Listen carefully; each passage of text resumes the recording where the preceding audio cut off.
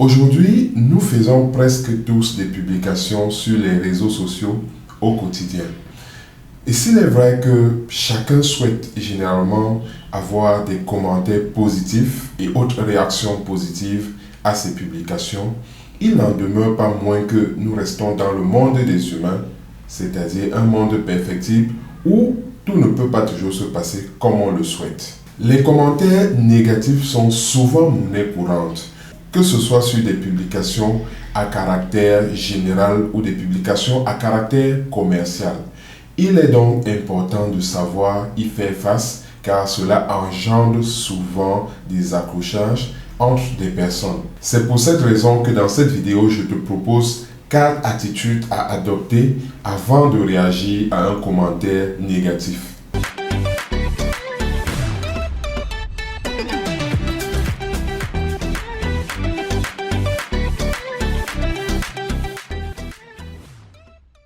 Salut, je suis Emmanuel Blestapon et je te souhaite la bienvenue sur Craft et Better You, la chaîne des gens qui veulent tirer le meilleur d'eux-mêmes. Si tu arrives ici pour la première fois, abonne-toi à la chaîne et active la cloche de notification pour ne rater aucune vidéo que je mets en ligne.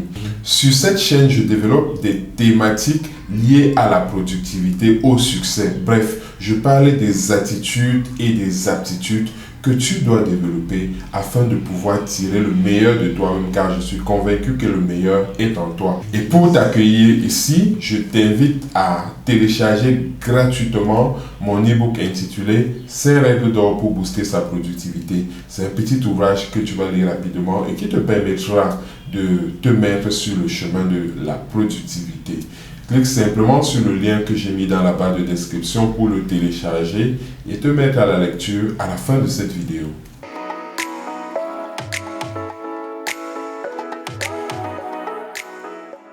La première attitude que tu dois adopter, c'est de garder ton calme. Si tu reçois un commentaire négatif, ne t'empresse pas de répondre. N'agis pas sur le coup de l'émotion parce que tu es énervé, parce que tu es fâché. Rien ne t'y oblige. C'est toi qui as l'initiative de la publication et il est important que tu continues de garder le contrôle en te donnant du temps pour mûrir ta réaction. Il ne faut surtout pas supprimer le commentaire car cela donnerait l'impression aux autres que ce qui est dit est fondé, est vrai d'office. Donc, tu conserves le commentaire en dessous de la publication pendant que tu y réfléchis.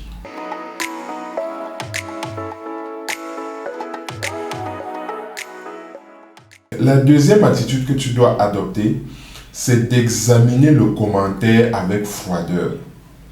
C'est vrai que ça t'énerve, mais il faut écarter l'émotion pour voir la réalité en face. Il peut y avoir du vrai dans un commentaire négatif. C'est pour cela que je pense que tu devrais le prendre au sérieux. Tu devrais prendre le recul nécessaire pour l'examiner et voir ce qui est vrai et ce qui ne l'est pas dans ce commentaire. C'est peut-être l'occasion pour toi d'aller faire des recherches supplémentaires. C'est l'occasion pour toi de demander l'avis d'autres personnes pour savoir ce qu'elles en pensent, afin de préparer la réaction que tu pourrais apporter si tu juges nécessaire qu'il faille réagir à ce commentaire négatif-là. Tu peux également contacter la personne auteur de ce commentaire en privé pour savoir quelles sont ses motivations, pour savoir qu'est-ce qui justifie le commentaire. Et ainsi, tu pourras avoir suffisamment de données pour pouvoir réagir et peut-être éclairer les autres personnes qui ont lu le commentaire sur la question. Il ne faut pas oublier que lorsque tu n'as pas reçu de commentaire négatif sur une publication, ça veut dire que ce que tu as fait est parfait. Non, on est dans un monde perfectible. Parfois, des gens évitent de dire ce qui est vrai tout simplement parce qu'elles estiment qu'elles pourraient te blesser en te disant la vérité. Donc, c'est important si tu veux avancer d'avoir différents avis. Il ne faut pas avoir que des avis positifs parce que parfois, ça ne reflète pas nécessairement la réalité.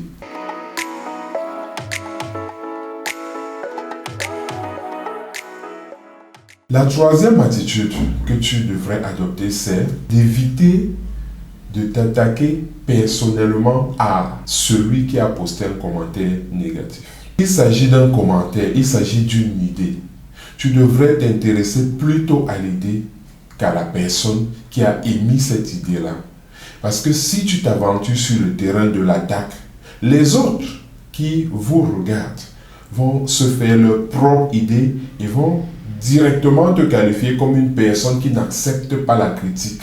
Donc, il faut rester concentré sur l'idée, en étudier la pertinence ou l'impertinence et ta réaction devrait se limiter à cela. Il peut certainement arriver que la personne cherche un affrontement avec toi. Tu penses que ton compte Facebook, ta page Facebook ou le groupe WhatsApp, c'est le lieu approprié pour des attaques, allez, vas-y. Mais si tu n'es pas de ceux-là qui pensent qu'il faut s'exhiber, qu'il faut se donner en spectacle, en public, il vaut mieux éviter de répondre à la personne qui cherche un affrontement avec toi. Tu dois surtout, et c'est très important, rester courtois dans ta réaction à un commentaire. Cela t'évite de manquer de respect ou alors de ridiculiser la personne qui a posté ce commentaire et de manquer de respect aux autres personnes qui ont peut-être de la considération pour toi et qui vous observent, qui ont lu ce commentaire, qui peut-être n'ont pas réagi, mais qui vous suivent attentivement.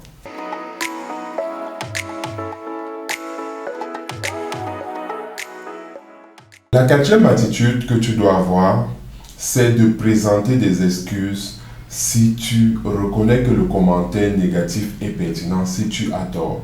Savoir présenter des excuses, c'est finalement reconnaître son humanité. C'est reconnaître qu'on est humain et que l'on n'est pas conséquent, faillible. C'est un signe de grandeur. Contrairement à ce que beaucoup pensent, on n'a pas besoin de s'enflammer quand on a reçu un commentaire négatif. Si par exemple, tu postes la photo d'un produit que tu commercialises et que quelqu'un vient dire que j'ai déjà utilisé ce produit, il est de mauvaise qualité, tu n'as pas besoin de t'enflammer. C'est peut-être vrai ce que la personne dit.